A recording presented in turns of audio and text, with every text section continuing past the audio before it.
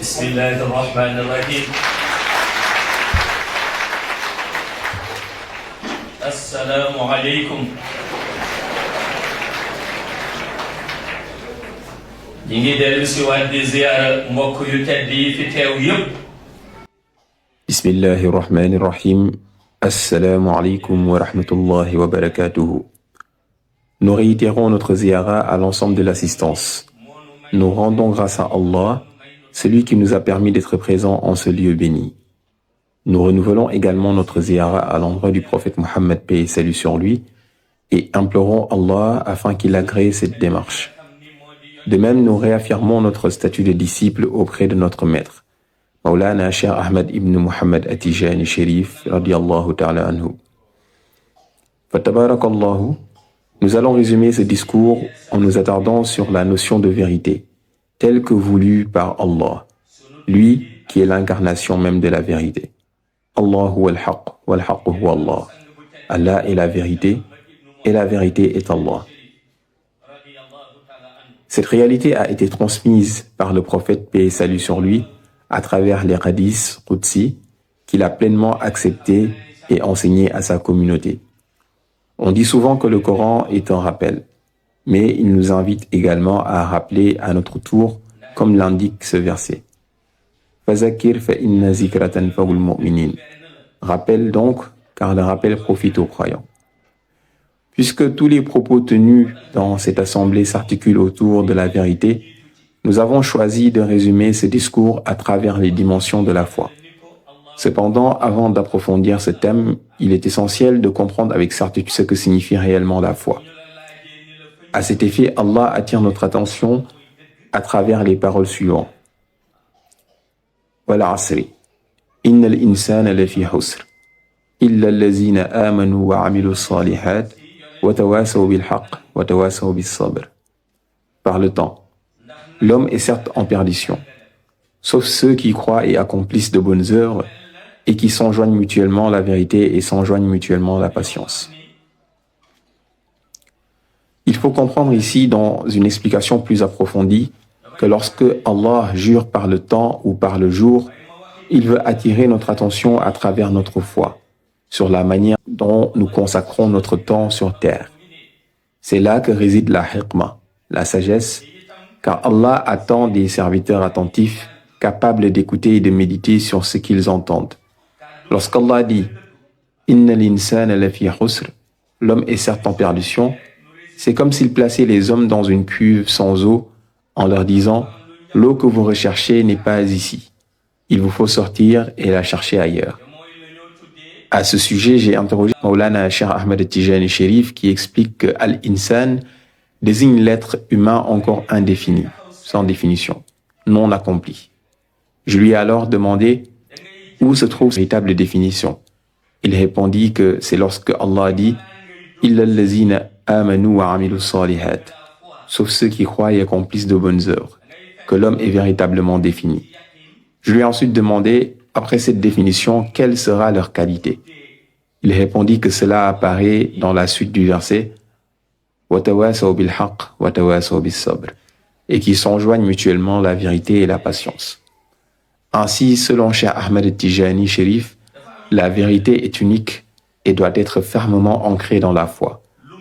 Il précise également que sa manière de traduire diffère de la nôtre. وَتَوَاسَوْا بِالْحَقِّ signifie que la vérité est une et doit être intériorisée dans la foi.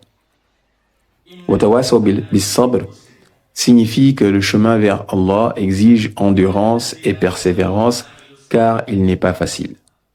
La foi est une lumière qu'Allah dépose dans le cœur afin d'accorder sa miséricorde.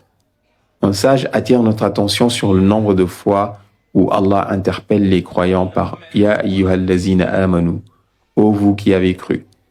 Une formule que l'on retrouve dans de nombreuses sourates, souvent suivie d'exhortations telles que « Ittaqullaha wabtahu ilayhi al-wasila » craignez Allah et recherchez un moyen de vous rapprocher de lui.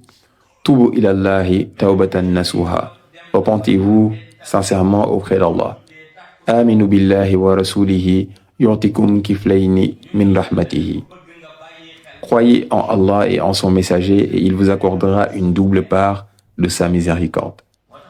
À travers cela, le sage explique que Allah exhorte particulièrement ceux qui croient en lui. L'essentiel est donc de comprendre combien Allah accorde d'importance au cadre de la foi. Allah peut porter son regard sur un univers dont les habitants vivent dans la vérité. Il y a ici comme une équation à méditer. On dit souvent que pour certaines décisions, Allah consulte des hommes pieux. On peut alors se demander si cela est dû à leur statut, à leur pouvoir ou à leur héritage spirituel. Mais il apparaît que ce n'est ni leur rang, ni leur autorité qui les distingue, c'est leur véracité. Ainsi, lorsqu'Allah veut décider du destin d'un serviteur, il peut accorder une considération particulière à ces hommes de Dieu. Soit ils intercèdent en implorant le pardon pour ce serviteur, ce qui peut influer sur son destin, soit ils restent neutres et la décision divine s'applique telle qu'elle a été décrétée. Il faut comprendre que c'est en raison de leur véracité que certains serviteurs sont consultés. Et il ne faut pas oublier qu'Allah a également consulté l'univers dans lequel vivent les anges, car les anges eux-mêmes sont des êtres de vérité. وَإِذْ قَالَ رَبُّكَ لِلْمَلَائِكَةِ إِنِّي جَعِيلٌ فِي الْأَرْضِ خَلِيفَةً قَالُوا أَتَجْعَلُ فِيهَا مَنْ يُفْسِدُ فِيهَا وَيَسْفِكُ الدِّمَاءَ وَنَحْنُ نُسَبِّحُ بِحَمْدِكَ وَنُقَدِّسُ لَكَ قَالَ إِنِّي أَعْلَمُ مَا لَا تَعْلَمُونَ. Lorsque ton Seigneur dit aux anges, je vais établir sur la terre un vicaire, Khalifa. Ils dirent, vas-tu y établir quelqu'un qui y sèmera la corruption et y répandra le sang, alors que nous te glorifions par ta louange et proclamons ta sainteté? Il dit, en vérité, je sais ce que vous ne savez pas. C'est pourquoi lorsque j'entends certaines personnes se proclamer elles-mêmes Khalifa, je m'interroge. En réalité, chaque être humain est à l'origine un Khalifa, un représentant sur terre. Mais la véritable question est, quel type de Khalifa sommes-nous? Certes, nous sommes des représentants de Dieu sur terre, mais encore faut-il disposer d'une dimension spirituelle et intérieure qui authentifie cette représentation. Sans cela, il devient difficile de savoir si l'on représente réellement Allah ou simplement sa propre personne. Ainsi, Allah a adressé la parole aux anges, non pas dans le monde terrestre ni dans l'essence absolue du divin, mais dans leur propre cadre d'existence. C'est ce qui a donné lieu à un échange, à un dialogue. Car s'il s'agissait de l'ordre divin absolu, il n'y aurait pas de dialogue. Allah est le créateur, le souverain absolu, Al-Mulk, Malik al-Mulki. Et sa volonté ne dépend d'aucune consultation. Comme il le dit lui-même, Innama amruhu iza arada shay'an an yakula lahu kun fayakun. Quand il veut une chose, son commandement consiste simplement à dire soit, et elle est. Ainsi, Allah a voulu instaurer un dialogue. C'est pourquoi, par une forme d'inspiration mystique, il s'adresse au monde des anges sans qu'ils le voient, mais en leur faisant entendre la résonance de sa parole dans leurs âmes. Je vais établir sur terre un représentant. Qu'en pensez-vous? Les anges répondirent, vas-tu y placer quelqu'un qui sèmera la corruption, versera le sang et provoquera le désordre, alors que nous te glorifions, proclamons ta pureté et suivons tes ordres? Sachant que le dialogue est établi, Allah laisse alors les anges dans leur propre milieu et retourne vers son domaine divin puis leur répond « Inni a'lamu ma la ta'lamun » En vérité, je sais ce que vous ne savez pas. Maulana Cheikh, en enseignant la sagesse divine, s'est interrogé. Pourquoi Allah ne s'est-il pas maintenu dans le monde des anges jusqu'à la fin du dialogue? À cette question, il répond que Allah savait que les propos des anges contenaient une part de vérité. Il s'est donc retiré car nul ne peut défier Allah ni prévaloir contre lui. Ainsi, il est retourné dans son domaine divin pour leur répondre avec cette parole. Je sais ce que vous ne savez pas. Car en effet, sur terre, les hommes accomplissent ce que les anges avaient évoqué. Corruption, trouble et effusion de sang, tandis que les anges, eux, persistent dans leur zikr. Subhanallah, alhamdulillah, la ilaha illallah, Allahu akbar. Mais Cheikh explique que si Allah leur a répondu ainsi, c'est pour signifier qu'il connaît parmi ceux qu'il envoie sur terre, ceux qui seront voués au paradis et ceux qui ne le seront pas. Car Allah ne juge pas uniquement les désordres apparents, mais il considère les comportements à la lumière de ces directives transmises par le biais de la prophétie. Chaque prophète a ainsi su orienter son peuple selon une voie adaptée, inspirée par le Créateur. Cette inspiration, c'est la nubuwa, la prophétie. Ces pourquoi prophétiques ont connu des formes d'adoration différentes. Certains accomplissaient 2 unités de prière, tandis que nous avons 5 prières quotidiennes. Certains jeûnaient 40 jours, tandis que nous jeûnons 29 ou 30 jours. Malgré ces différences, tous partagent un objectif commun, cheminer vers Allah. C'est dans ce sens qu'Allah nous enseigne qu'il existe en chaque être humain une réalité essentielle à préserver dans son âme, la foi. Le musulman se distingue donc par cette foi, qui produit en lui des effets visibles. Lorsque ces effets sont positifs, ils se traduisent par de nobles qualités. Mais lorsqu'ils sont négatifs, ils révèlent des défauts. Lorsque les mauvaises qualités prennent le dessus, la foi s'affaiblit, puis se retire du cœur. Et c'est alors que l'on dit que la personne a perdu sa foi. En vérité, la foi est le centre de l'être humain, le noyau de sa vision intérieure et de son orientation spirituelle. Ainsi, chaque personne possède une vision intérieure. Soit elle l'entretient et la nourrit pour qu'elle soit active et opérationnelle, soit elle la néglige et alors elle s'endort. C'est pourquoi lorsque ton batin, fort intérieur, est pur, tu n'as pas nécessairement besoin de passer par le sommeil pour obtenir une réponse. Tu peux recevoir cette réponse instantanément, car tout dépend de l'état de ta vision intérieure. Ici, je parle de ceux qui pratiquent l'istikhara avec certitude, et non de ceux qui hésitent ou tâtonnent. Cependant, il existe des personnes dont la vision intérieure n'est pas encore suffisamment forte pour répondre immédiatement. Celles-ci auront besoin de passer par le sommeil, à travers les zikrs qu'elles accomplissent. Leur âme, accompagnée de la foi, reçoit des réponses qu'elle retrouve au réveil. Ainsi, chacun possède une réalité intérieure qu'il utilise pour comprendre les réalités. À travers la foi présente dans son âme, certains s'appuient sur le zikr, d'autres sur les versets. Maulana Cheikh Ahmed Tijani Chérif enseigne qu'il existe 4 faces dans la lumière de la foi. Cependant, Allah n'a besoin que d'une seule, celle qui arbitre la foi. Les 3 autres sont à la disposition de l'être humain. La première est liée à l'opération du pouvoir mystique qui se développe à travers le zikr. La deuxième correspond à l'élévation spirituelle qui s'acquiert par un encadrement spirituel, tarbiyatul ruh, et un wasila, un guide. La troisième concerne le doute et la certitude et dépend entièrement de la personne. Si l'on cultive la certitude, cela renforce la foi et favorise l'élévation spirituelle. En revanche, si l'on laisse place au doute, cela peut tout fragiliser. Ainsi, le pouvoir mystique s'obtient par le zikr, le pouvoir spirituel par l'éducation et l'accompagnement dans la voie, tandis que le doute ou la certitude résultent de nos propres efforts. C'est d'ailleurs dans ce sens que certains disent que la réussite n'est pas un miracle, mais le fruit d'un travail constant. Rien ne se construit en un seul jour. Tout repose sur un processus. Dans cette perspective, un professeur de français m'avait interpellé en me posant la question suivante. Cela est-il valable à toutes les époques? La réussite ne peut-elle pas parfois être un miracle? Je lui ai répondu que cela peut être vrai dans le cadre de la haqiqa, réalité spirituelle profonde, mais pas dans le cadre formel. Dans la haqiqa, il peut arriver qu'un homme de Dieu facilite la réussite d'une personne qui, en apparence, n'y était pas destinée. Mais dans ce cas, cette réussite doit être reconnue comme provenant de cette intervention spirituelle. En revanche, dans le cadre ordinaire, la réussite découle naturellement des efforts fournis.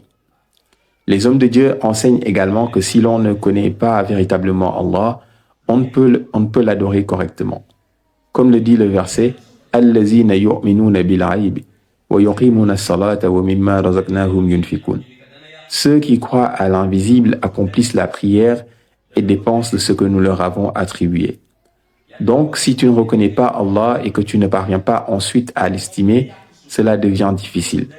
Les sages disent qu'il ne faut pas se compliquer la tête pour reconnaître Dieu et l'estimer, car reconnaître Allah revient à reconnaître et accepter un homme de Dieu. De ce fait, le cadre du khalifa dont on parlait revient Inni ja'ilun fil ardi khalifa. Ainsi, cela constitue un raccourci pour connaître et estimer Allah. Car les hommes de Dieu cheminent avec la lumière de Dieu, quel que soit leur degré. Qutbu, Khawsu, Labdal, Mafatihul Kunuz, Artab, ou même parmi les prophètes et les awliya. Ils ont tous des degrés et des dimensions mystiques correspondant à leur rang. Et si tu remontes à la source, tu verras qu'ils ont tous puisé de la lumière du prophète Mohammed, paix et salut sur lui, qui est leur base. Et aujourd'hui, ces bases sont dans des bahrou, mers lumineuses. Et chaque bahrou a son propriétaire. Voyez, lorsque vous prenez votre chapelet en faisant le lazim ou la wazifa, au moment de la récitation de la salatul fatihi, quand l'on récite Allahumma salli ala sayyidina Muhammadin al-fatihi lima ughliqa wal hatimi lima sabaqa nasir al-haq bil haq wal hadi ila siratika al-mustaqim wa ala alihi haqqa qadrihi wa miqdari al-azim, il y a un mystère. Car lorsque tu récites Allahumma salli ala sayyidina Muhammadin al-fatihi lima ughliqa, à ce moment, tous ceux qui sont propriétaires de ce bahrou s'élèvent. Puis tu continues avec Wal Khatimi lima sabaqa et les précédents s'en vont et laissent place aux nouveaux propriétaires de ce bahrou. Et ainsi de suite jusqu'à la fin de la salatul fatih. Le mystère est aussi que toi, en tant que personne, tu as la capacité de traverser tous ces bahrous sans subir de mal. Et ce qui te garantit cela est l'autorisation reçue lorsque tu as pris le werd Tijan. C'est donc une garantie de Mawlaya Cheikh Ahmed Tijani, qu'Allah l'agrée. Lui qui symbolise tous les bahrous, les dirige et donne ainsi à ton âme l'autorisation de réciter sans danger. Voilà le sens de l'autorisation dans la récitation de la Salatul Fatih. Parmi ses propriétaires, il y a des anges, des nawamis, des âmes d'awliya, et ils possèdent une très grande intensité de lumière. Le danger quand on n'a pas l'autorisation est que lorsqu'on entre dans un bahrou, avec un grand nombre d'entités, elles peuvent te bloquer ou t'anéantir, car chacune d'elles dirige des univers, constamment sous l'ordre divin. Toutes les invocations, zikr, qu'ils font dans les univers sont connues dans le monde des anges ou dans les réalités sacrées, qudusiyat. C'est pourquoi si ces âmes descendent sur terre et que tu refuses de leur attribuer des postes de responsabilité comme chef de village ou même président, elles peuvent en sourire, car les univers qu'elles dirigent au nombre de 70 sont bien plus vastes qu'un simple poste terrestre.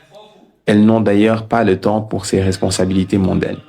Imagine un homme de Dieu qui, depuis le monde Raïb, là où résonnent les zikrs et les fuyudat dans son cœur, les enregistre et les transmet au monde des anges Alamul Malakut, les consigne dans les registres des Rudusiyat dans Basatul Jalal.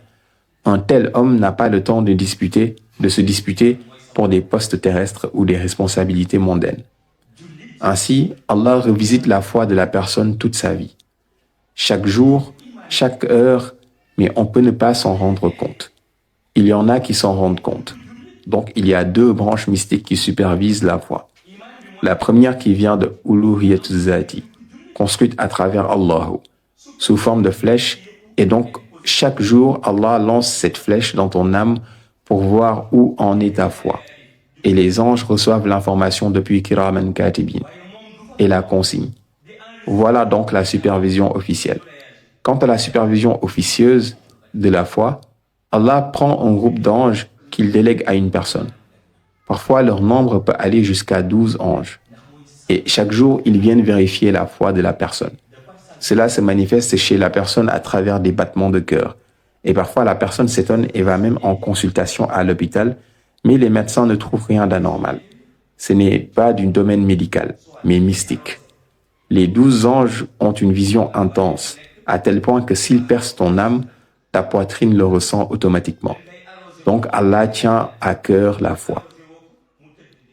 Il faut savoir que même au jour du jugement, Allah vérifie la foi. Voyez l'ange de la mort lorsqu'il vient prendre l'âme, alors qu'il reste quelques secondes, minutes ou jours à la personne, l'ange vient d'abord vérifier la foi pour consigner dans le registre des anges si la personne part en tant que musulman ou en tant que mécréant. Donc, à travers la foi, si elle est présente dans l'âme, l'ange dira qu'il prendra l'âme de cette personne qui mourra en tant que musulman. Et s'il ne trouve pas la foi dans l'âme, il dira que cette personne mourra en mécréant. L'ange de la mort peut annoncer la mort d'une personne 2 heures avant, des jours avant, ou une semaine avant par exemple, mais il ne dispose que de 30 jours avant la mort de la personne pour l'annoncer dans le livre angélique Kiraman Katibin, car leur travail ne peut pas dépasser cette période. Il y a d'autres services qui travaillent dans ce processus au-delà de 40 jours, et j'en ai parlé dans les leçons du Ramadan passé. Donc, après que l'ange de la mort notifie aux anges chargés du dossier que cette personne mourra musulmane ou mécréante, il faut savoir qu'à ce moment, une personne peut être en train de prier en pensant être musulmane, sans savoir qu'elle mourra en mécréante, car il n'y a pas de foi dans son âme. L'ange de la mort ne s'attache pas, il vérifie l'essentiel, qui est la foi. Ainsi de suite, tous les services qui travaillent sur la mort de la personne s'activent. Si le défunt est un homme, une organisation est faite pour lui. S'il doit être accueilli comme un homme de paradis, on le fait avec les Hurul Ayn. Idem pour la femme. Mais s'ils ne vont pas au paradis, l'organisation sera à l'inverse, avec des supplices et des épreuves qui s'ensuivent. Voyez, si c'est une femme pure qui a fait le bonheur de son mari au point que celui-ci l'atteste, cette femme sera directement amenée dans le service de Sayyidatuna Khadija et entendra. Ya ayyatuhan nafsun mutma'inna, irji'a ila rabbika radiyatan mardiya, fadkhuli fi ibadi wadkhuli jannati. Ô toi, âme apaisée, retourne vers ton Seigneur, satisfaite et agréée. Entre donc parmi mes serviteurs et entre dans mon paradis. Cette femme recevra plein bienfaits et vivra des choses extraordinaires, car c'est une femme pieuse. Donc voyez comment ces services depuis leur aïb donnent de l'importance à la foi. Depuis la terre, Allah ne lâche pas la foi. Et une fois que tu arrives à Barzakh, il vérifie encore la foi. Et jusqu'au jour du jugement dernier, en dressant le pont Sirat pour tester ceux qui ont la foi ou non. En guise de parenthèse, il y a un homme de Dieu qui a appelé ses disciples et leur a dit « Priez pour moi lorsque je traverserai le pont Sirat, afin que cela soit facile pour moi. » J'ai personnellement rencontré ce guide dans la Qadratul Ilahiyya et je lui ai demandé « J'ai entendu une rumeur dans mon pays, disant que tu avais demandé à tes disciples de prier pour toi lors de la traversée du Sirat. Et j'aimerais savoir pourquoi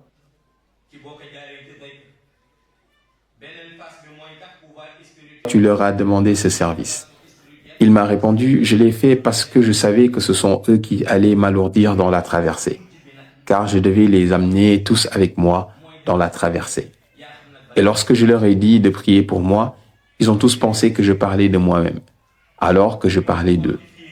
Ainsi, ils prient pour eux-mêmes sans le savoir. C'est pourquoi un sage peut te demander de prier pour lui, alors que la prière est pour toi, car le sage sait qu'il doit t'aider. Il faut comprendre que leur philosophie est de savoir qu'Allah a dressé le pont Sirat uniquement pour tester la foi. Imagine un pont de marche de 3000 ans. Si tu marches sur une route goudronnée pendant une seule année, tes pieds seraient gonflés et tu ne pourrais plus marcher. Alors imagine le pont Sirat, aussi fin qu'une aiguille et très coupant, au point de couper le fer et tremblant. Là, tu comprendras que ce ne sont pas les pieds qui marchent dessus, mais la foi. Si tu as la foi, tu traverses facilement, comme sur un matelas confortable. Mais si tu n'as pas la foi, toutes sortes de visions troublantes apparaîtront. En effet, si une personne avait la foi mais vivait dans le doute et l'incertitude jusqu'à sa mort, les anges la laisseront traverser avec des visions troublantes. Et elle verra alors 7 postes de contrôle sur le pont Sirat. Tu marches, arrivé au premier poste, les anges t'arrêtent et te demandent « Est-ce que tu faisais la prière et comment la faisais-tu » Et ainsi de suite avec les questions.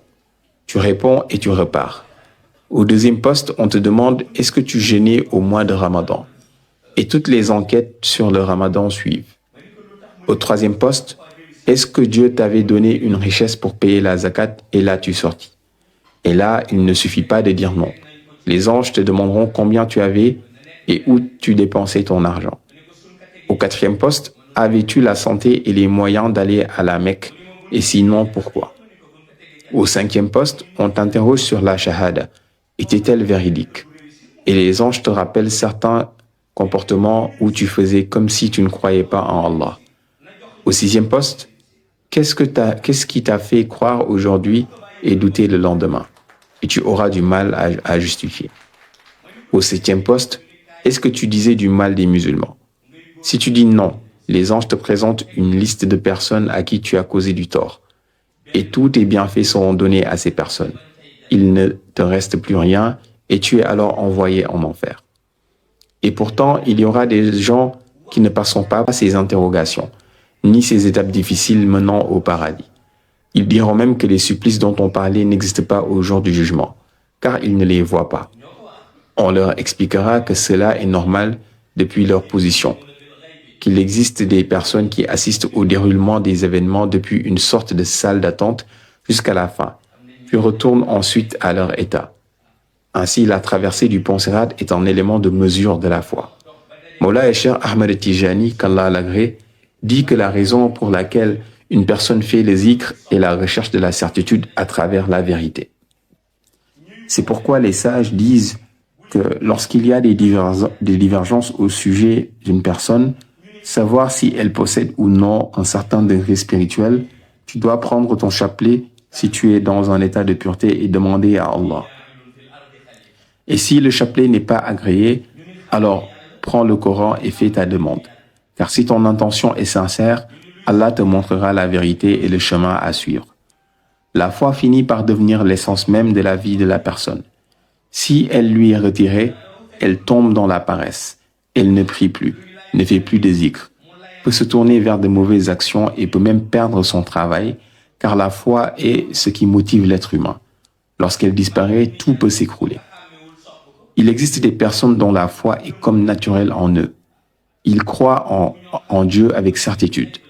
Et même sans réflexion apparente, ils restent dans cette croyance jusqu'à la mort. Leur foi ne semble pas leur être retirée, et ils vivent dans une stabilité intérieure particulière. Dans la fraternité entre musulmans, il est possible d'obtenir une part de ce privilège. C'est pourquoi le prophète Mohammed, paix et salut sur lui, a dit « Innama al-mu'minuna ihwatun, fa aslihu bayna ahwaikum, wattaqullaha la'allakum turhamun » C'est pourquoi être en compagnie de son guide est bénéfique, car le disciple devient plus qu'un simple élève, il devient un ami. Certains guides demandent même simplement que tu sois leur ami malgré tes défauts. À travers cette fraternité, ils renforcent et complètent progressivement ta foi par de bonnes qualités. C'est pour cela que les savants disaient que lorsque tu choisis un compagnon, tu dois choisir un bon compagnon, car un mauvais compagnon peut te détourner de tes principes et de la droiture. Dans ce cas, c'est comme si Iblis devenait ton supérieur, et tu finis par réaliser que ce compagnon agit sous une influence négative. Le prophète Mohammed, paix et salut sur lui, a dit « Wama yantiqu anil hawa, in huwa illa wahyun yuha » Il ne parle pas sous l'effet de la passion, ce n'est qu'une révélation qui lui est inspirée. De la même manière, dans cette compréhension, les hommes de Dieu transmettent une parole qui est portée par une guidance spirituelle, comme le faisait le prophète, paix et salut sur lui. Et comme cela est attribué à des maîtres spirituels, tels que Cheikh Ahmed Tijani, dans leur langage et leur transmission.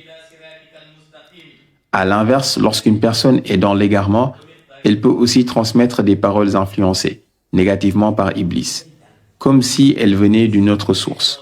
Ainsi, dans toute chose positive, Allah a placé une contrepartie négative. Les sages étaient capables d'écouter une personne et de discerner si elle était dans le bien ou si elle était influencée par Iblis. Le prophète, paix et salut sur lui, rappelait constamment la prière aux compagnons, non par simple répétition, mais pour préserver leur foi jusqu'à leur rencontre avec leur Créateur. Lorsqu'il reconnaissait l'hypocrisie chez certaines personnes, il savait adapter son comportement avec sagesse. Car il y avait des hypocrites qui s'infiltraient parmi les musulmans pour semer la division et cela existe encore aujourd'hui. Il m'arrive de dire à Imam que certaines personnes qui me saluent avec excès et me couvrent de louanges en passant sont de vrais hypocrites.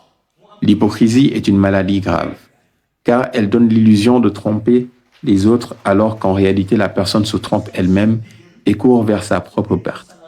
Cependant, les hommes de Dieu savent reconnaître cela et peuvent parfois te laisser agir comme si de rien n'était, sans te dévoiler par sagesse et retenue. Car la sagesse et la retenue font partie des qualités éducatrices venues du ciel.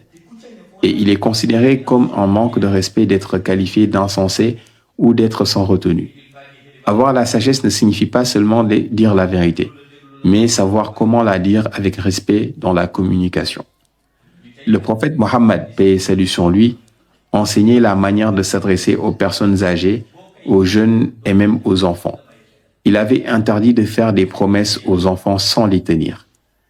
Par exemple, si quelqu'un disait à un enfant « je vais t'envoyer quelque part et à ton retour je te donnerai un bonbon », puisqu'il n'avait pas l'intention de le faire, le prophète paix et salut sur lui demandait s'il comptait réellement tenir sa promesse. Et si la personne répondait non, il lui disait de ne pas envoyer l'enfant dans ces conditions. Il expliquait que si l'on agit ainsi avec les enfants, ils grandiront en reproduisant ce même comportement. Ainsi, il est important pour le musulman de vivifier sa foi. Et cela commence par la responsabilité d'éduquer sa famille. Dans nos traductions, on dit que les enfants sont les héritiers, que l'aîné sera le chef de famille, et l'on garde de l'espoir sur eux, mais on ne sait pas réellement s'ils seront à la hauteur.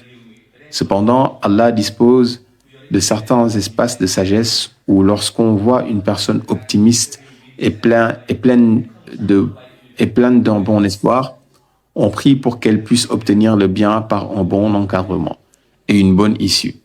Raison pour laquelle il n'est pas recommandé pour un musulman d'être pessimiste et d'avoir le bon soupçon. Récemment, j'ai fait un constat que j'ai partagé avec la structure Alam. Lorsque j'étais dans le mausolée en train de faire mes zikrs, une idée m'est venue. À chaque gamou, je visite le musée d'Alam avec les journalistes, où l'on voit les de mes écrits et de mes images, ainsi que celles des daïras, anciennes comme récentes. Ensuite, je signe le livre d'or. Je prie pour eux, puis je sors. Je me suis dit qu'il serait important d'ajouter quelque chose. Inscrire dans le musée le nom de tous mes homonymes jusqu'à aujourd'hui, ainsi que les nouveaux, sans exception, en y ajoutant aussi les noms de leurs parents, afin que l'on puisse reconnaître la relève. Et cela dès le prochain gamou. Ce qui serait le plus important, c'est ce que j'ai demandé aux membres d'Alam pour le gamou à venir et pour tout ce qui suivra. Qu'ils fassent en sorte que dans leur musée, ils prennent mes homonymes un par un pour les exposer. Je dis que vous, membres du groupe Alam, devez les lister un par un, du premier jusqu'au dernier. Et à chaque approche du gamou, vous ferez la même chose pour ceux qui s'ajouteront entre-temps. Pour chaque personne, vous inscrirez le nom de sa mère, puis le nom de son père. Ainsi, lors de ma venue, je pourrai lire tout le document avant de le signer. C'est cela, selon moi, la véritable relève. L'équipe d'Alam devra s'y consacrer. Cette idée m'est venue avant-hier. J'y ai longuement réfléchi et je me suis dit que sans cela, ce que je fais chaque année ne resterait qu'une simple formalité. Le plus important est de recenser tous mes homonymes du premier jusqu'au dernier, en inscrivant pour chacun son nom, le nom de sa mère et celui de son père, qu'il soit vivant ou décédé. Tout doit être consigné. Faites-en un beau livre, et si possible, une grande affiche à exposer dans le musée. À chaque visite, après lecture et prière pour eux, je signe ce registre. Ce qui me tient le plus à cœur, c'est ma famille. J'espère qu'ils liront cela et en tireront une source d'inspiration. Puisque nous avançons ensemble au fil des années, qu'ils s'efforcent eux aussi de persévérer et de s'améliorer continuellement. Cela permettra également à toute personne qui consultera ce registre de prendre conscience de ses responsabilités. En voyant son nom inscrit, chacun devra se dire « mon nom est ici, je dois donc être exemplaire ».